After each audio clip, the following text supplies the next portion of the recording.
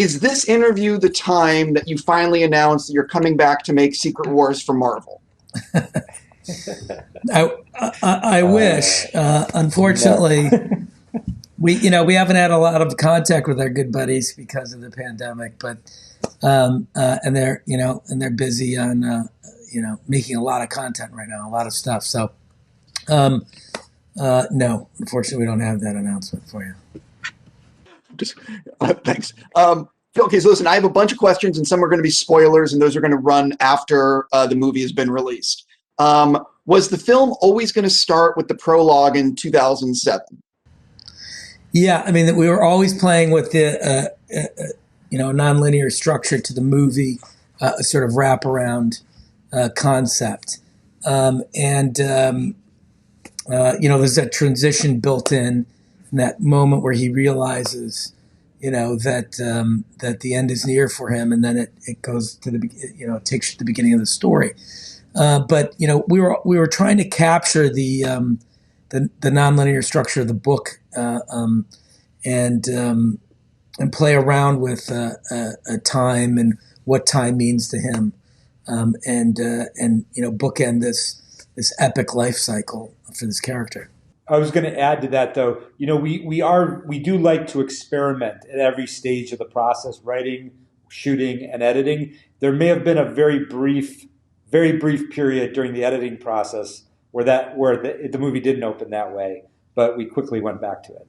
Yeah. I love Henry Jackman's theme for Emily and Cherry. Can you sort of talk about what was your reaction hearing that theme for the first time? Because it's really good. Yeah, it's gorgeous. Yeah, we had a very strong reaction to it. I mean, look, the movie was very challenging because we were trying to be so adventurous with it, because it was such an Odyssean journey, and because Cherry had so many extreme experiences through the various chapters of the film, and we were being so stylistically adventurous in terms of how we were expressing the meaning of those experiences to Cherry, we felt like it was very important on a score level to help hold the film together. And that relationship between Cherry and Emily was the key thread of the film. That was the one pure form of human connection that either of those characters had throughout the movie. And even though their relationship was complicated, even though their relationship broke down a couple times, that thread never went away. And it sort of stays alive through the film, and that's the essential hope of the movie. And Henry really had to deliver an important emotional layer to that aspect of the movie, which he achieved. He blew us away with how he achieved it with that score, and with the way we were able to revisit that theme that you're talking about throughout the film in different ways with different textures. And sort of that, I think that's one of the most elegant parts of the film, is how that theme stays with you and how it changes as the movie evolves. I'm curious about whose idea was it for breaking the fourth wall? Was that something that you debated strongly, or was it always there from the beginning? That was there from the beginning, and it was we sat with Jessica and Angela to talk about the script. We were trying to find ways to translate that subjective component from the book. The narration's critical. I mean, it's you get most of his psychology and most of his opinions, which are really interesting opinions, expressed through the narration of the book. So we were trying to find a way to translate that to film, and it became a combination of elements, one of which is traditional narration, another is breaking the fourth wall, addressing the audience.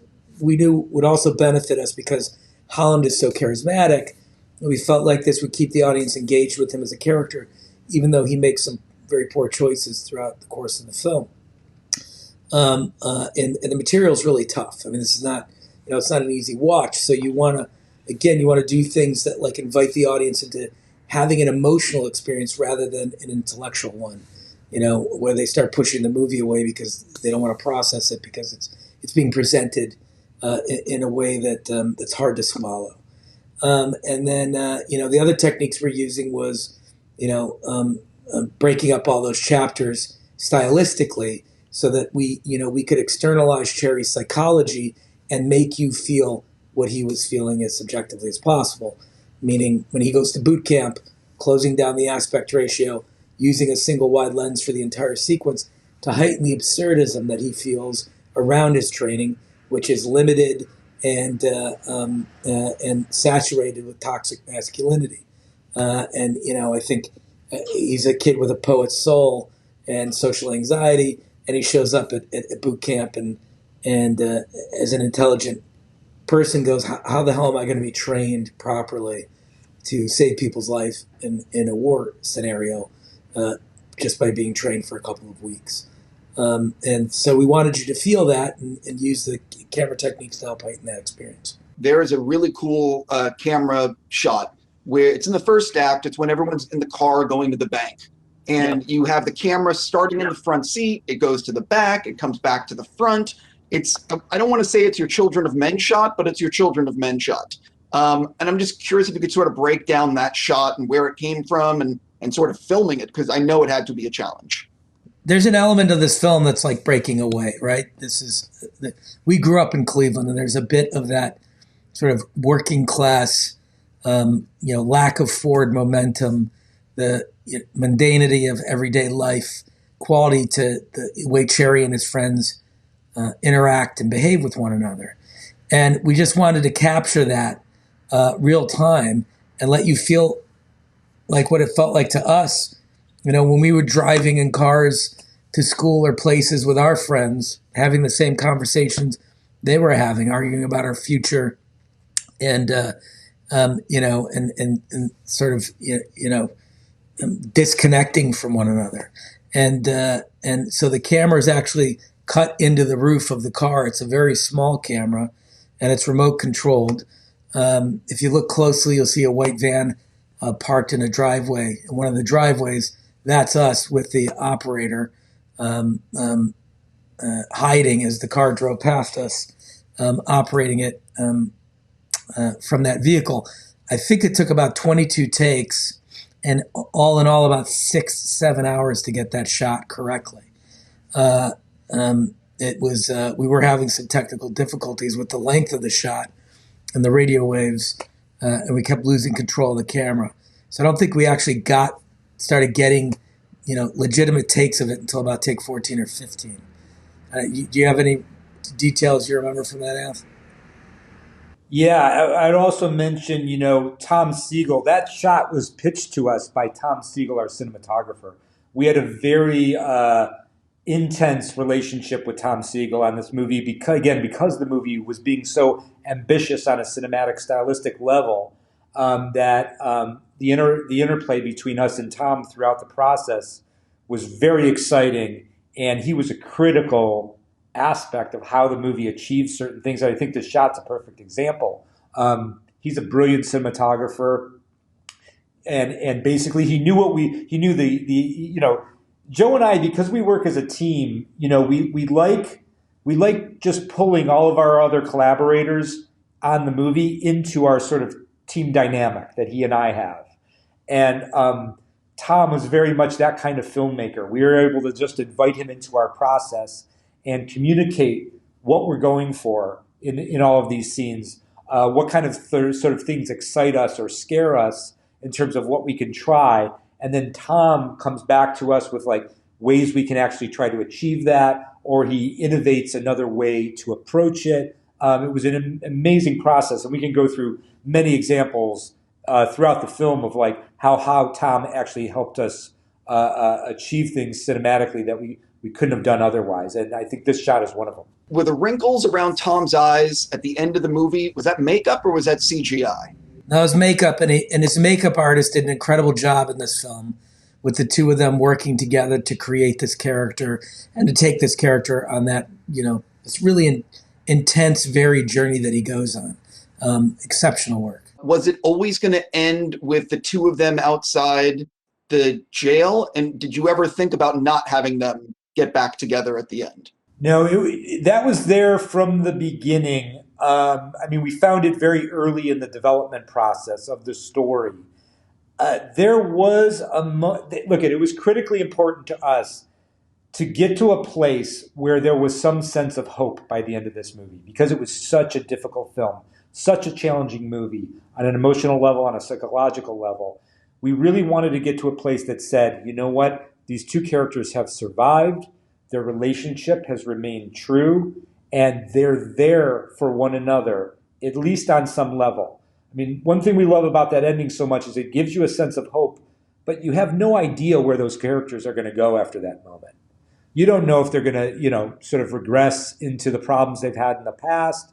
You don't know if they're going to actually be able to coexist with one another. But you know on some level that those two characters, even after all they've been through, they still want to be there for one another. So that ending was critically important to us. And the ambiguity of that ending was always very important to us.